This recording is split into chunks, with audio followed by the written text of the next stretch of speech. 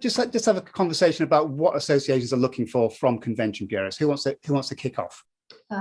So actually, from destination, we're really looking on how to get back all of it together.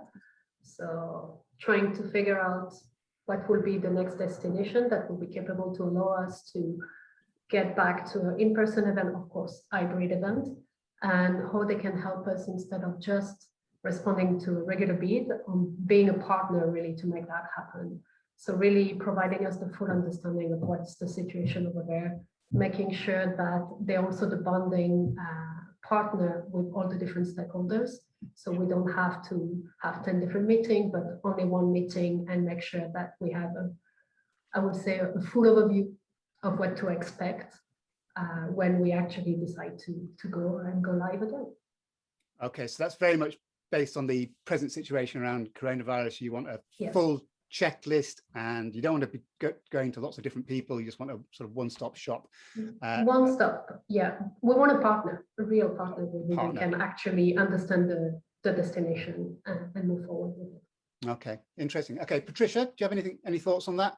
I think right now the question is, the first thing that's very important it depends on the association as well, right? Because we have an annual event of 24,000 people, which is not going to happen again for the next at least 2 to 3 years. And for me, going to the next city, it is very important first to know what is the local support coming from the local authority. What does the city or the government, do they want people like us? Are they interested to have a group like that?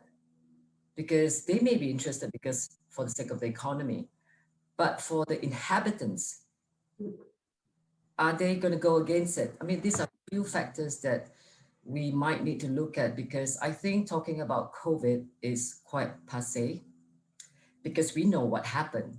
We were forced and thrown into a situation that we had no choice but to turn ourselves around, right? In terms of our industry. I think what we have to look forward to is post-COVID, the world post-COVID. How do we live in this world? How do people like us, or event planners, or association, medical congresses, exhibition, moving ahead? What are the plans that the city has for people like us? I think that's the question.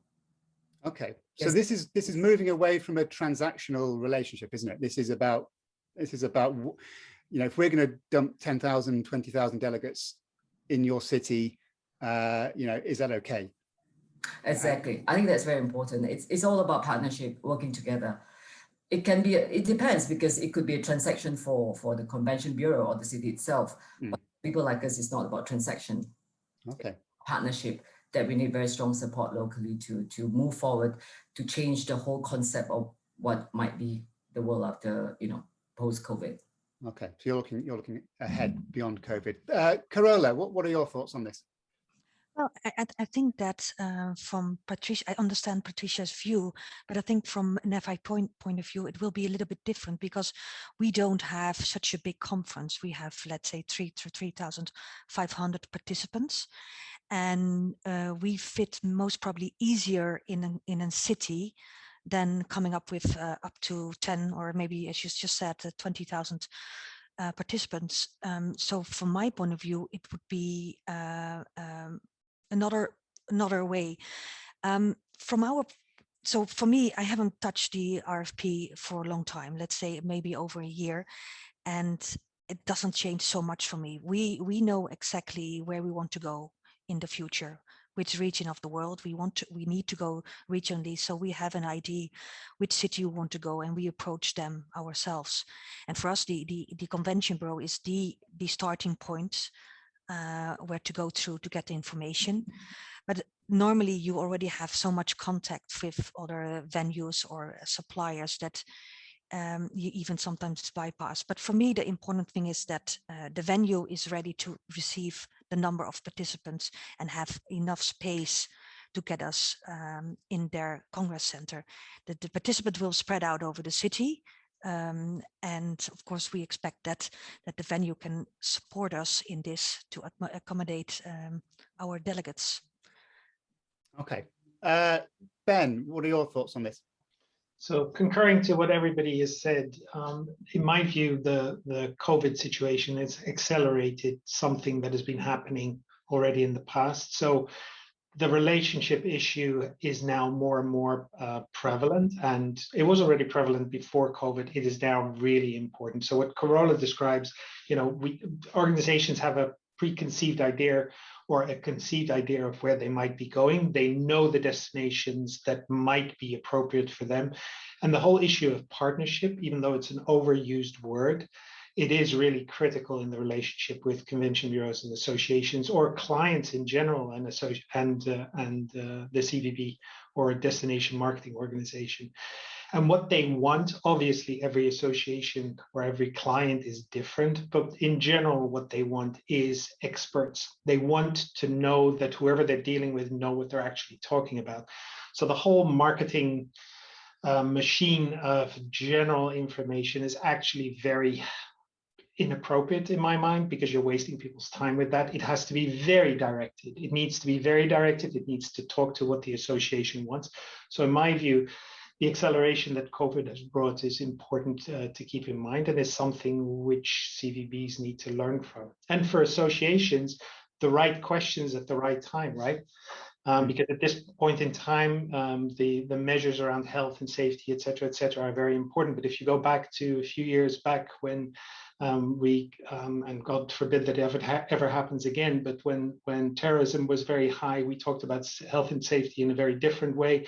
We needed to know that things were, so CVBs need to be able to jump into whatever is the talk of the day, target their organizations quite rightly, and and in an appropriate way, and know who they're talking to. So underwriting everything as everyone said.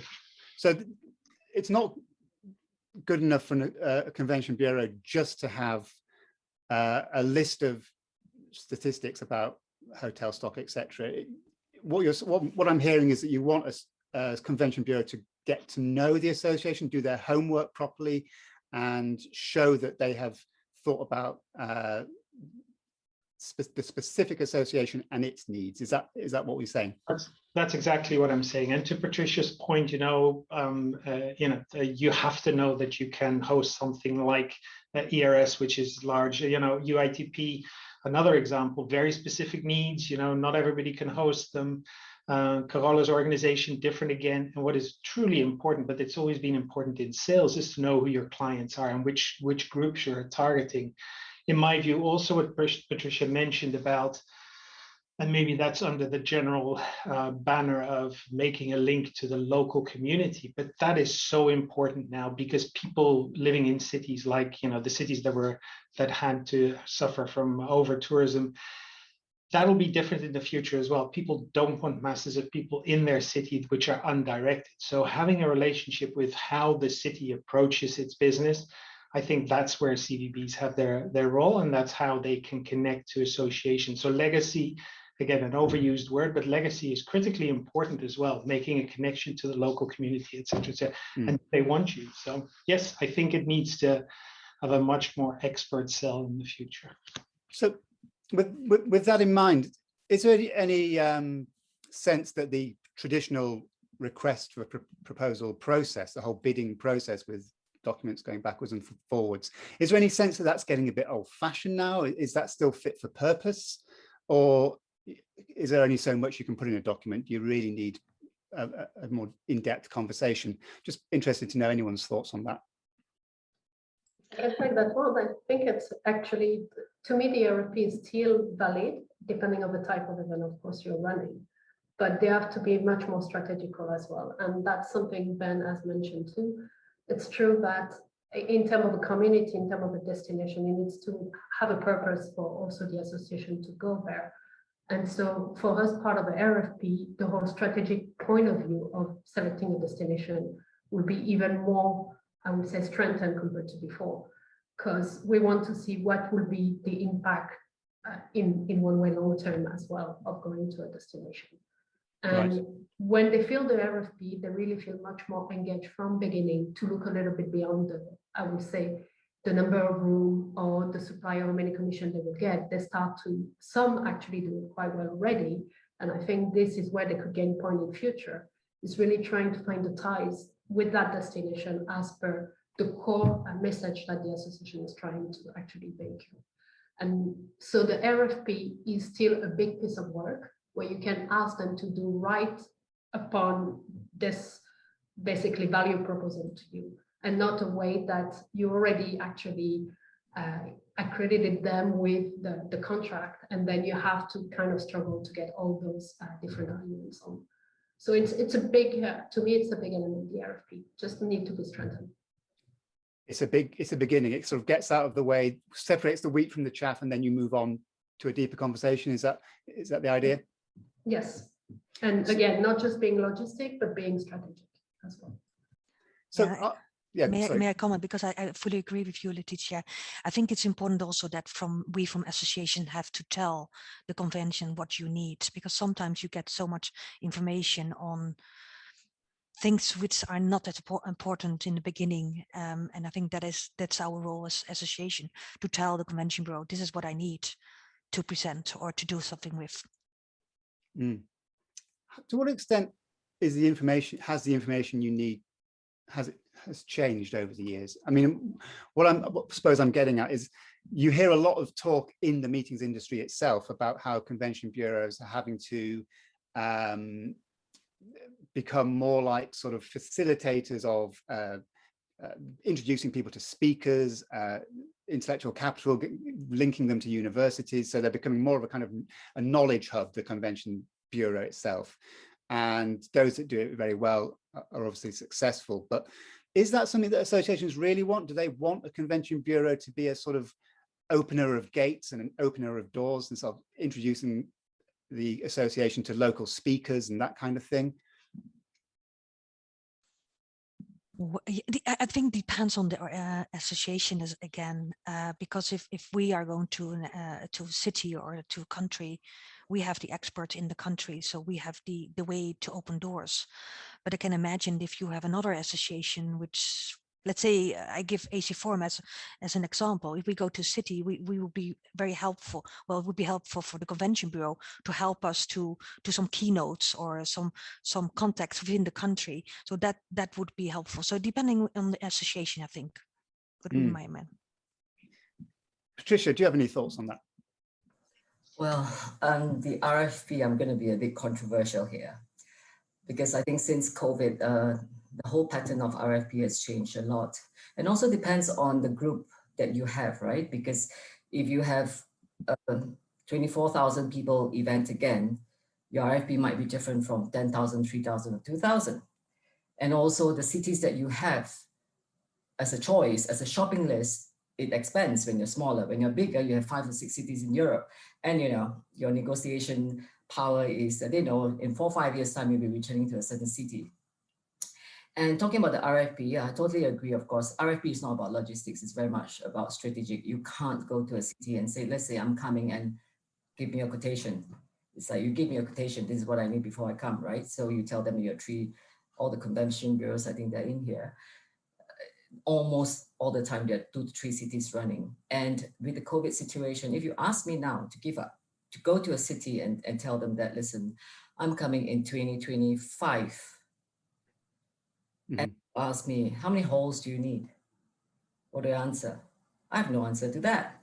I can give the answer perhaps in 23 about the halls that I need for 2025, because from 100,000 square meters, now I might need 50,000 square meters, because after COVID, our whole lives, our industry is going to change. That I believe, and I hope I'm wrong. I hope that I will get back 24,000 people in 2023 and 2024 onwards, but I don't very much. Let's see. Let's meet again in 23 to see that.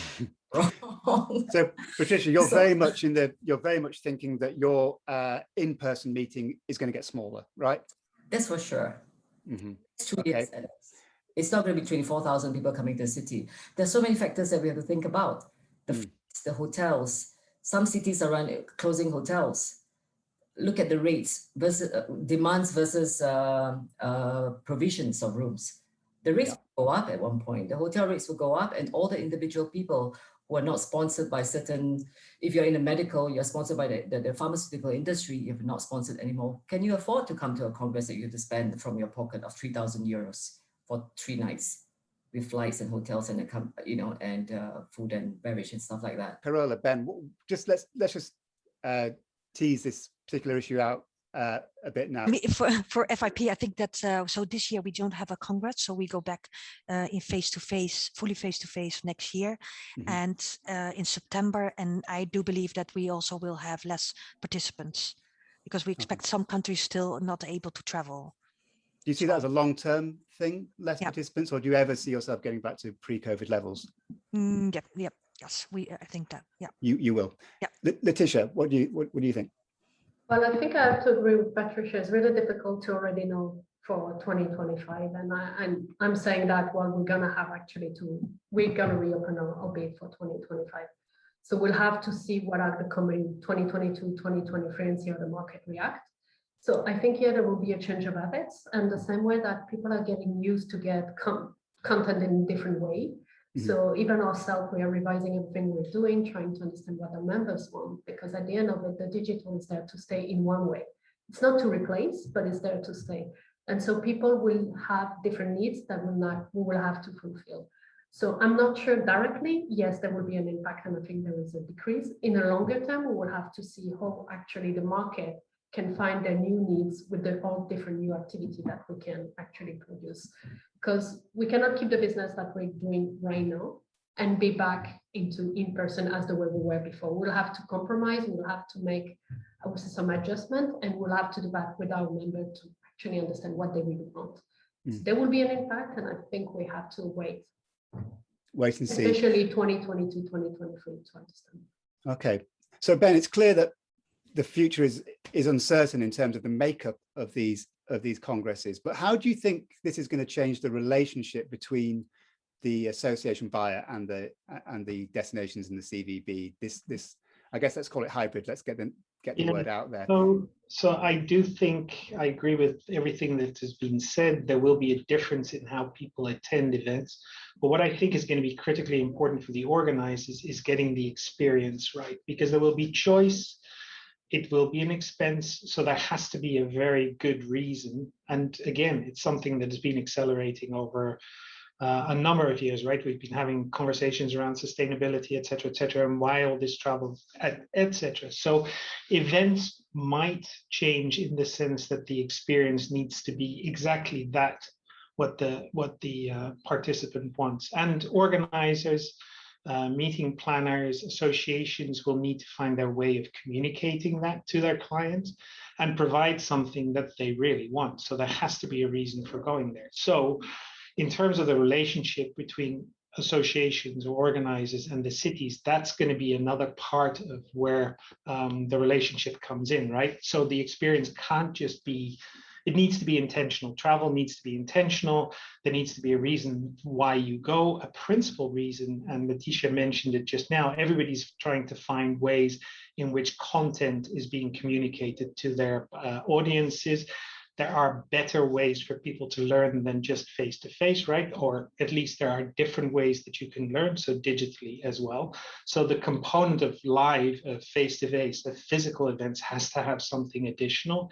And that's that whole conversation around, exchange and serendipity, and how it's better to be together and how you can create something better. So in terms of the relationship with the organizers, that's where a conversation around partnership comes in place as well. Again, the cities need to know their audience really well. They need to know exactly what's going on in their city and how they can add to programs into the future. This is not a one-time thing. I mean, this will evolve. And I think, just in very practical terms, in the next few years, there will be a challenge getting to destinations.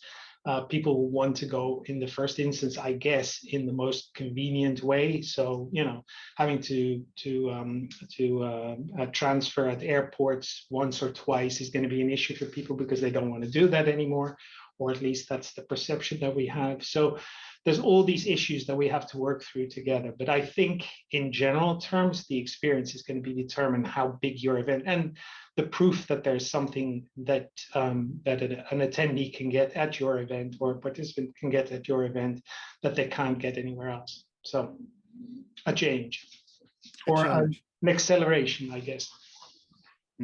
It's interesting. So do you think things like off-site visits to business clusters or in a medical context to university hospitals and that sort of thing is perhaps what Convention Bureau should be thinking about in terms of the offer, in terms of going one step beyond just logistics? I personally think that those are things that add to a program, but it really will depend on the community that you're talking to, right? I mean, something that you have that is exceptional to your destination or to your location might be a way to put something additional into the program. And I think finding those and being, for a CVB, being the expert of everything like that is going to be something that, because not to be funny about it, but a lot of the stuff that you would find in an RFP, you can find by doing desk research, right? You can find how big a convention center is, and you can find, you know, the trains from the airport to the whatever.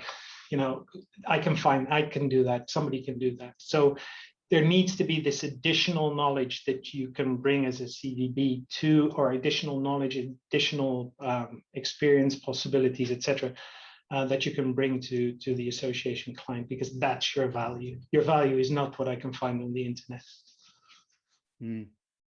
What do we think there's a danger that we might be asking a bit too much of Convention Bureau? I'm just thinking of a report I saw recently that showed that a lot of DMOs or Convention Bureau have had huge funding cuts in the last 18 months.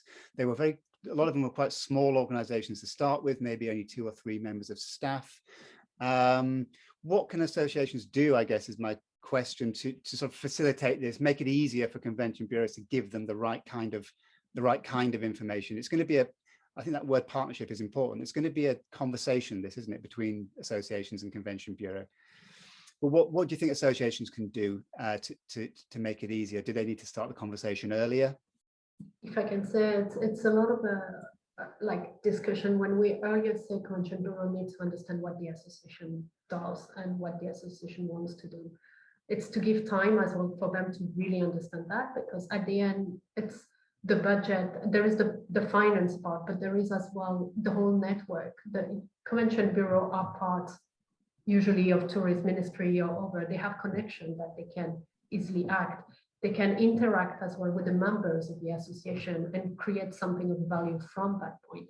So what we can do as an association is be clear of what are our main strategic goals, and give them the time for them to do some back and forth to really understand what we want and see if they are actually getting it right as well. And for me, I see a lot of consultation with Convention Bureau. It's not something that we both do on the way. When you start a bid, you need to have a lot of conversation with the association. So it's really much more by guiding them to actually get them to connect you to what you actually really need, and don't spend the time of what will be at the end unnecessary, I would say, as internal reports. Okay, Patricia or Carola, any thoughts on that? Yes, we have a huge public event on site during the Congress. We don't really make use of the Convention Bureau very much. Of course, we are in touch with, they're the first point of contact for us 4 or 5 years out before we even come in, because they're the one who blocks all the bedrooms for us before we even choose our PCOs. So our engagement is very much you know, getting to know each other, to understand each other, to build a good partnership. I think that's very important for me, even pre-COVID and more so post-COVID. But using them as to get speakers, no, because we have our own Congress chair and co-chair. Our experts are all local. To get into the top speakers, or even sometimes the mayor's office in certain cities, is through our Congress chair and co-chair, not through the Convention Bureau. So we work very differently with the Convention Bureau, I would say. Okay. Yeah, and maybe to comment on that, Patricia, we have the same as you are, because we are the federation. So our member organization is in the country. And they most of the time are even bigger than our organization, so they have the contacts.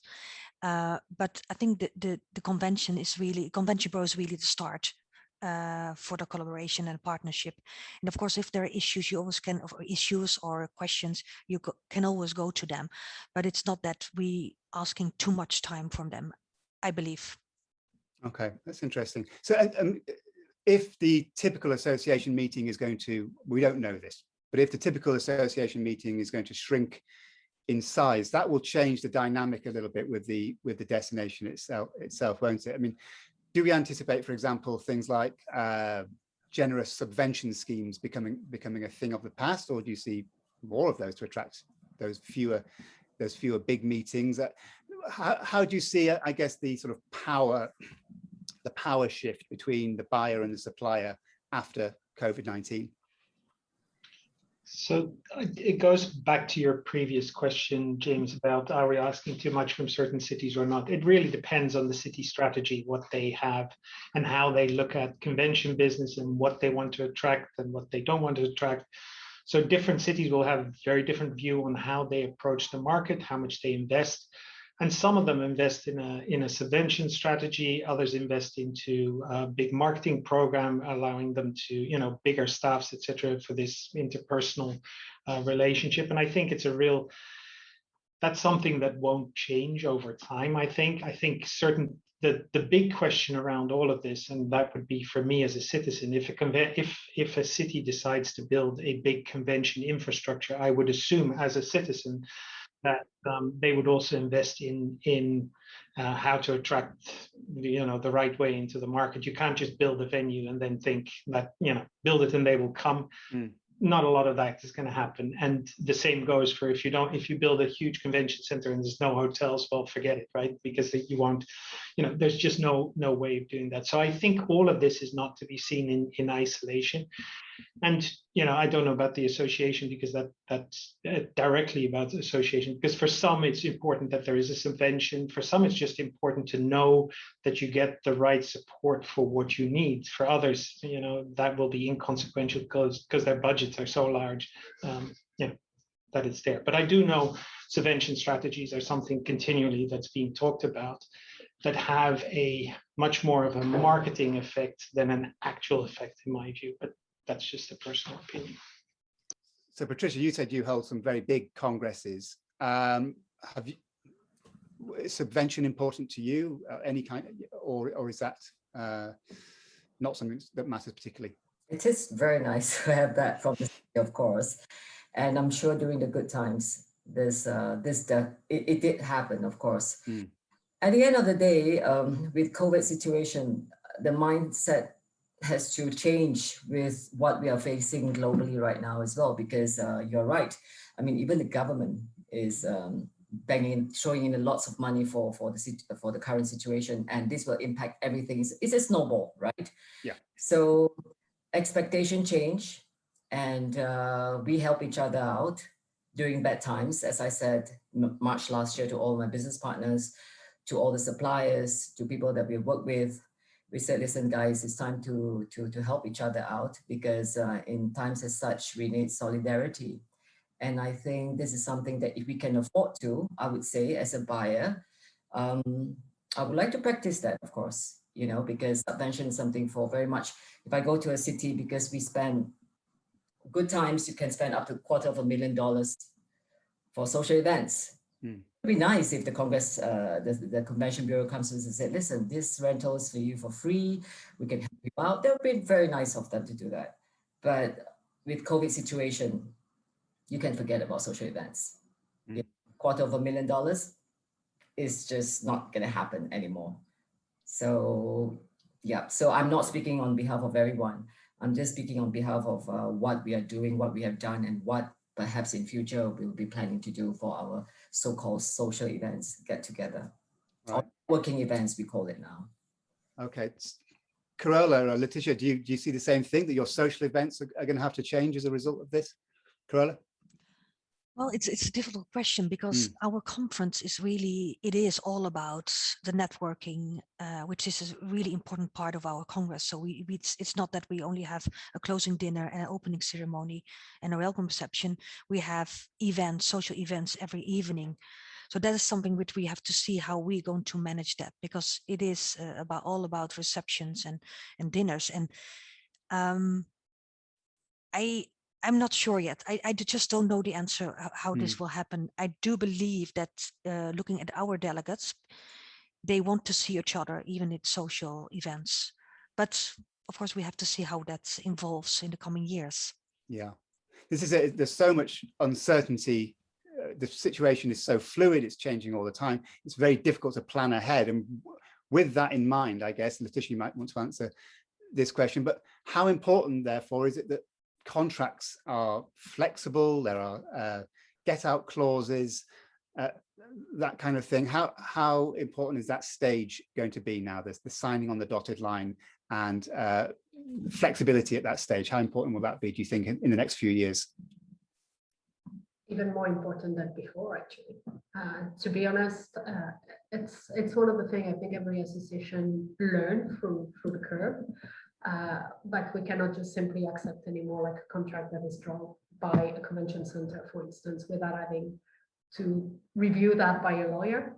It costs at first, but it has a really big impact afterwards for your long term, I would say.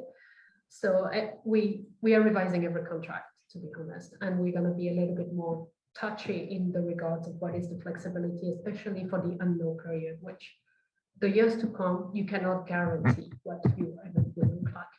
So you cannot sign too early. You cannot sign for big number without being capable to revise them as we go. The social event are part of the experience. If we want to be back to also physical event or hybrid event, you have to give two different experiences. So you cannot just say, I won't give the social event. Actually, that's networking is really important for those physical, I would say, moments. So you have to take risk as an association, but you need to work really closely with the local provider and with the stakeholders, and a convention can also help there, just to make sure that they understand that it's not that easy to know for sure, and maybe try to put some milestones that are realistic, that allow us to survey, allow us to see, for instance, the first milestone, okay, we're going to reach at least to that percentage, but compared to before, we're going to really have to work more together to understand how the market will react to the product. To Letitia's point, the word that comes to mind is fairness, because I think in this business now, we really, I mean, without the question of a doubt, obviously the association needs to go through all the contracts that they sign. There has, the reality is that we all need to be absolutely certain of what is being signed and how force majeure is enforced and how cancellation is enforced, et cetera, et cetera. But there is a point of fairness, and I think Letitia described it really well. And the Convention Bureau has a role in that as well, where they facilitate conversations with local suppliers. It needs to be on the basis of, okay, we need to give a little, but we also need to take a little. And there has to be a point where you have to sign, right? You have to decide, okay, we're going to do this. Okay, now there's a point of no return, and then the association or the client needs to take responsibility for that. But it needs to be done in fairness, because none of us know what's going to happen, and everybody is has been in this situation for the last, whatever it is, 16 months of having to change and change again. And we're going to go through a lot of that going forward. I mean, service levels are going to be one of the things that we hear now all the time, whereby, convention centers in cities and hotels, as business is coming back, the question about what the level of service is going to be without the number of people working in these facilities that they used to have, it's going to be an issue. So again, we need to recognize all of that, and it needs to be done in fairness and in understanding, and that's how good business relationships are being forged. And again, to me, that's the only way of doing business. And expectations, huge expectations from either the convention center or the hotel side, or on the association sides, those are absolutely out of the question now, because you can't operate in that way. No. And we have a conversation, I assume there's a conversation to be had around who pays for additional health and safety measures, for example. Does that burden fall on the association, or does it fall on the supplier? Do you have any thoughts on that? Anybody who should pick up the tab there? There is a part of shared responsibility, but at the same time, when a destination comes to pitch for our destination, they should know all the rules that are and what are the capacity as well. So we should not have any surprises as we go along the way.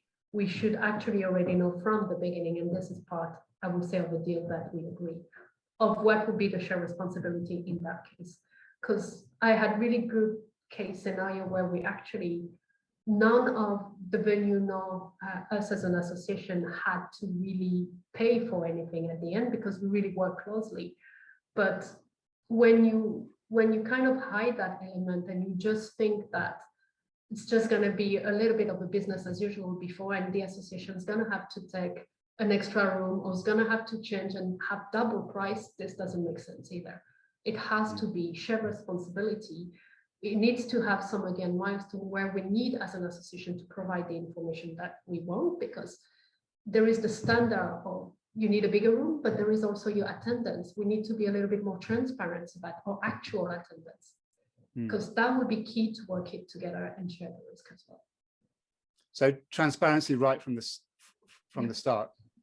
Don't go for target that you know you will not actually keep as an association, but at the same time for a venue, for convention is also be ready to actually be flexible and to already think ahead. Don't double book your venue if you don't have a capacity to actually accommodate the two with the standard condition. And make sure that your client is really satisfied, because a satisfied client is also maybe someone who can return as well in the long-term future and with a better return on investment as well. Okay, so we're kind of running out of time a bit here. Perhaps time for one more question. Do we think that lead times are necessarily going to shorten then? Because you hear about these very long lead times with association meetings. Do you think those days of sort of planning 8 years in advance and all that is kind of gone? Do you think that the average lead time is going to get shorter?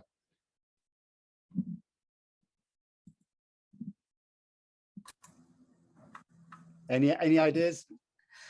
At least if you ask me the question right now, it's getting a bit shorter on my side. Yeah, because it's just a little bit impossible to not even be able to fathom what's going to happen in the next few years. All that I have said, I just wanted to remind everyone, it's the plan for the next 2 years, 22, 23. Perhaps by after 23, things might change again, and all of us, you know, I always say that blue sky, sunshine, and we're back to, you know, our normal way of traveling, and, you know, people are meeting each other again. But lead time for me now, it's very much shortened. Even it's snowballed to our investors, the pharmaceutical company. Already they work, you know, corporate people, they work already in a very short-term basis, and association we work in on a longer term basis. But you can see that their plans, their questions on the next 2 years is not even being asked. Normally it'll be asked right now at this date, but they don't even care. They don't even ask. They're thinking about what's going to happen next year. Right.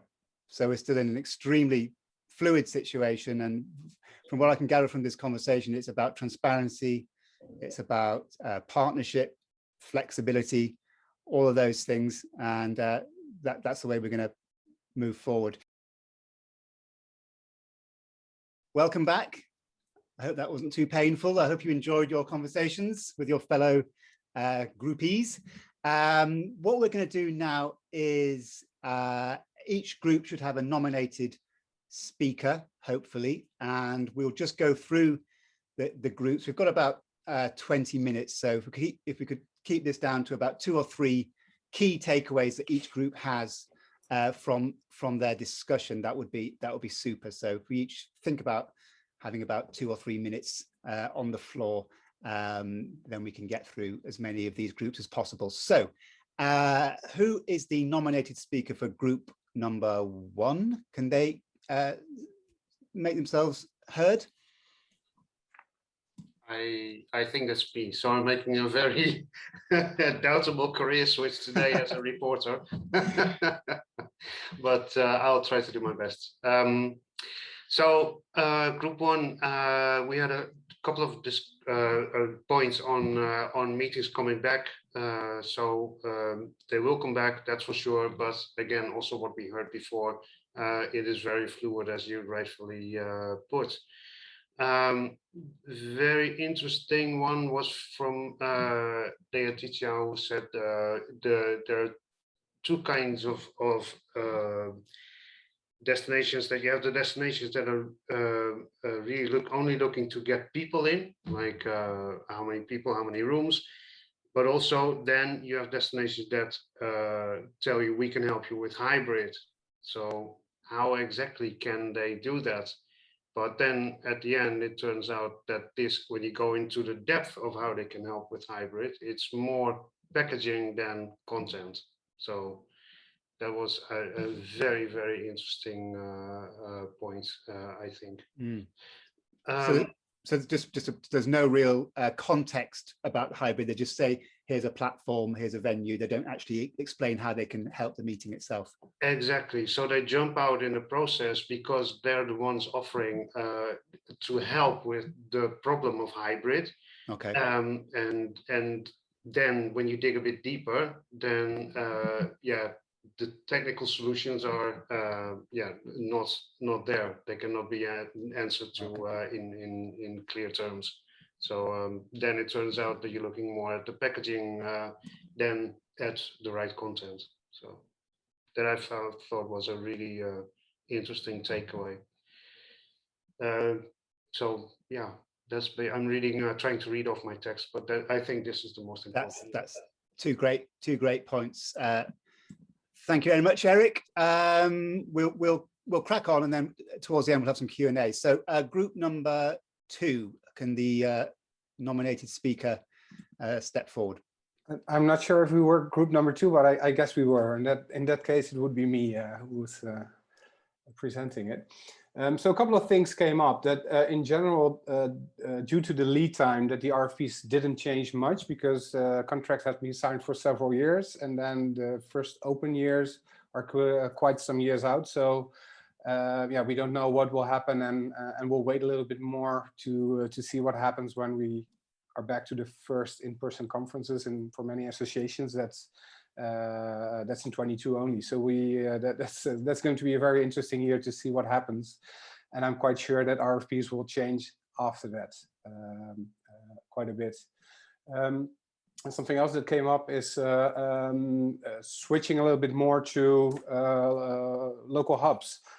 So instead of traveling to one destination where everyone will go, that there will be local meetups where you meet your peers and get part of the content online. So I'm not sure how that will look in terms of the RFP, and how CVBs and venues will try to get that business in, because that's a total different way of approaching things, I guess. And something else that came up, and it's not necessarily related to the RFP, but it's nonetheless an important point, is the keynote speakers. So it doesn't feel very comfortable to have people fly around the world for a speech of 1 hour and then leave again. So what will be the new ways of dealing with that? Will everything be virtually online for those keynote speakers that are not necessarily related to the industry? So that were the main takeaways. And then also trying to really link the purpose of the conference to the city where we are going, that it actually makes sense to go there. But that was mentioned before, I believe. Great. Yeah, thanks very much, Gijs. That's very interesting, especially about the keynote speakers, of course. You hear a lot of associations have actually had these wonderful keynote speeches virtually because they didn't have to pay accommodation or flights. So that might well be a trend going forward. Thanks very much for that. Group number 3, if you know who you are. Yes, group number 3. I'm David from the Geneva Convention Bureau. So the first question we had was regarding, are we ready to go back to trade show? So everyone say yes, basically, but the thing is that maybe people are ready to go to 1 or 2 trade shows a year, not like when we used to have like 4 or 5 or such around the world, but more like a specific trade show a year. What was said also that they need to stop hosted buyer program with a lot of quantity rather than quantity for hosted buyer program. They should go for quality, maybe less meeting with the suppliers, but making sure that they can also the hosted buyer program, they can enjoy the trade show, you know, having the chance maybe to meet the people, you know, in the corridors, attending also education sessions beside meetings, and not running from one meeting to another meeting, and because it's kind of not a nonsense. Something was said also, like the pandemic amplified the fact that we need to have more meaningful relation. You know, it's not about having like lots of rendezvous and then at the end of the day you have like a no potential, you know. So again, quality above quantity and flexibility. And also in terms of the environmental perspective, they said that maybe people will travel less, you know, they will look at maybe they could attend the show online rather than traveling around. And so it's not only the fact that in terms of times and money, but also does it make sense on the environmental perspective to travel around the world to attend show. And someone said something also interesting, is like the exhibitors also need to be ready. You know, it's not like about for the suppliers, as the buyers, you know, going to the show, but the exhibitors, they need to be ready when they're going to meet clients. You know, who are the clients? Are they association, corporate, for incentive, and making sure that you not a record, but you are ready, you did your homework, and you know who you're going to meet, and making sure that you are going to share like interesting content with them, and not what you can find online like a video or kind of random presentation. Then the second question, we had no time to cover it, but the question was about what would be the best way to meet between buyers and suppliers? And just someone answered that first to do a quick call, making sure that there is a common interest. And if there is a common interest, then we could meet in the show rather than trying to have like, again, a lot of meeting during a show. We just make sure beforehand that there is a potential between the two of them, and then we meet rather than just again having a numerous number of events of meetings, sorry. So that was the things about the breakout tree. Very interesting.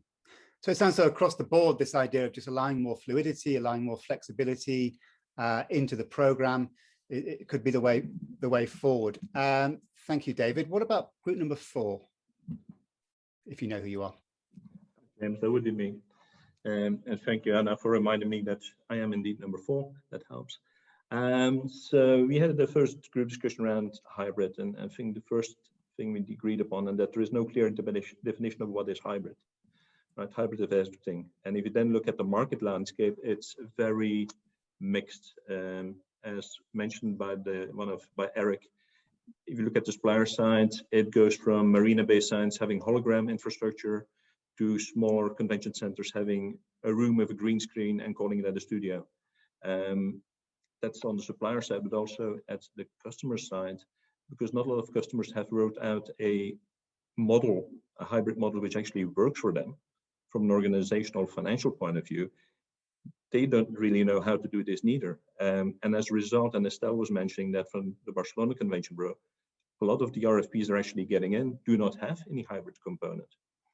I think to what many of the speakers already have said, if we need to make this hybrid component work, it will require convention bureaus, centers, and customers to sit together and clearly think about purpose. What do we want to achieve, or what is the best way of achieving it? I think that's the road to go. We need to have far better and a thorough understanding of the objective we want to achieve, and that needs to be translated into a service offer which indeed can include hybrid if it's purposeful. And then we had a discussion around the purchasing power of associations, because indeed there is an expectation that congresses will be smaller going forward. On the other hand, there is also a lot of cities who really want to attract business and who will be able to put money on the table. And one of the members of the group said that we might also have new stakeholders. We might have companies or corporates who are really interested in supporting events taking place in a certain city because it's good for them, for their image building, for their brand visibility. So instead of only looking at subventions, we might be looking at things a little bit broader. And I think that's in a nutshell what we discussed, James. Great, Sven. Thanks very much. That was very well summed up. Thank you. I think we're on group number 5. All men so far. Any women? This is looking like a manel. I guess that's me. Hey, brilliant. Hello. I'm Marie from Geneva, Hello, Geneva Marie. Expo, the convention center. So we mainly discussed 2 points. The first one was the future partnership between association and the bureaus. So obviously, we came out with the conclusion that the way association partner with local bureaus really depends on the association. And I guess this will remain the same in the future. For instance, we had the example of Patricia with ERS, and they have their own in-house PCO. So typically for hotel rooms, they block all the allotment a few years ahead, and then they release the allotment to the local allocated PCO. It was mentioned that due to COVID, most probably using local PCO will be even more useful and will potentially develop in the future, as these local PCO have very strong relationship with local suppliers. And that could perhaps help to negotiate more flexible condition in general, more flexible contract. And that might be even more useful, obviously, with COVID and potentially future pandemic that we hope will not come out. That was the main point, definitely. So the fact that they want to use local partner in order to negotiate the contracts. And the second point that was raised was the measure that should be taken into consideration to make attendees feel safer when they attend a meeting.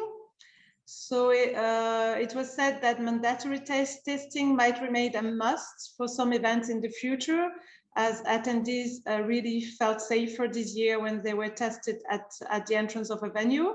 So Singapore had done that in the past months. And Patricia mentioned that the delegates felt really secured, and that was really successful. However, we also realized that testing delegates at the entrance of an event might be very difficult for very large events. For the IRS, Patricia mentioned that the extra costs were covered for the association, but that was only possible because it was quite a small event. So how will that work out for the future for larger event? That was a question which we didn't get time to respond. As we know, the costs are very high, the organization very complicated. And the other concern that was raised was about the digital COVID certificates and the fact that these certificates are kind of the same for Europe and they're working quite well. But what will happen with the certificate that are coming from other countries? So that was the last question that was raised. And obviously, we don't have the response to that yet. No, we're still in a state of flux, really. But thanks very much, Marie. That was very nicely done.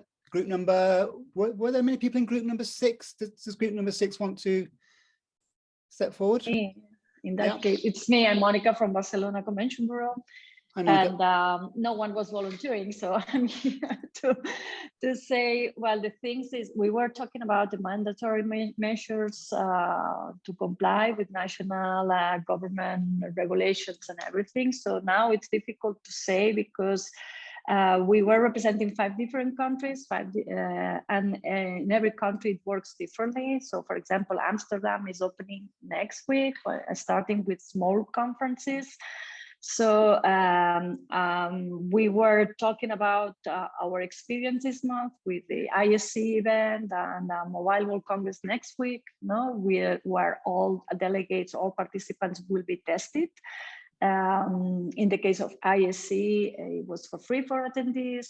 Mobile, there's a cost, a small cost for attendees, and you can appoint or schedule your test before to get in. Or for example, a big concert festival happening in 2 weeks, 2 weeks time in Barcelona. It's open air, but everyone has to be tested. So we were sharing all these experiences. The key is the vaccination, the vaccinations, how it's working in the different countries.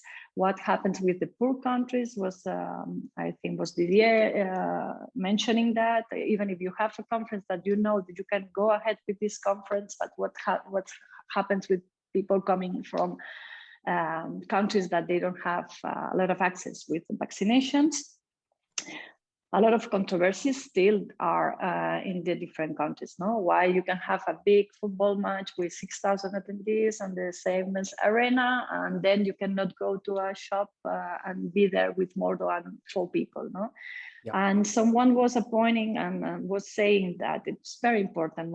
Check what is relevant in your city country now and what is relevant in the convention city where you're going. Now, all of us, we are navigating with these new changes on what happens in 6 months with all vaccinations, even though if we are vaccinated with the 2 shots, what's going on. So we don't know yet. As Patricia said, it's very short term. We have to think in very short term. Yeah. Great. Thank you very much, Monica. One of the interesting points that came out of that was about hybrid, obviously. We could have talked more about that, but this idea, I think that we have to define what we mean by hybrid, or do we? Is it up to the individual association to define what they mean and then take that to the suppliers and have that conversation? Okay, so let's just thank our panelists again, Carola, Letitia, Patricia, and Ben. And we should probably thank our sponsors. Again, they are Barcelona Convention Bureau, Geneva Convention Bureau, Singapore Exhibition and Convention Bureau, Congress Switzerland, the Intercontinental Geneva, and of course, Association World. And just finally, a save a date for your diaries. That's the September the 16th to the 17th in Geneva will be the Geneva International Association Forum. Registration is not open for that yet, but if you just put that in your diaries, and that would be terrific. That's taking place September the 16th to the 17th in the Intercontinental Geneva. But thank you all for coming. I think that was a great conversation. Association World will be collecting your thoughts and may or may not be turning this into some kind of white paper, but you can look out for that over the next 2 or 3 weeks. But for now, thank you all again. Thank you all our panelists, and goodbye for now.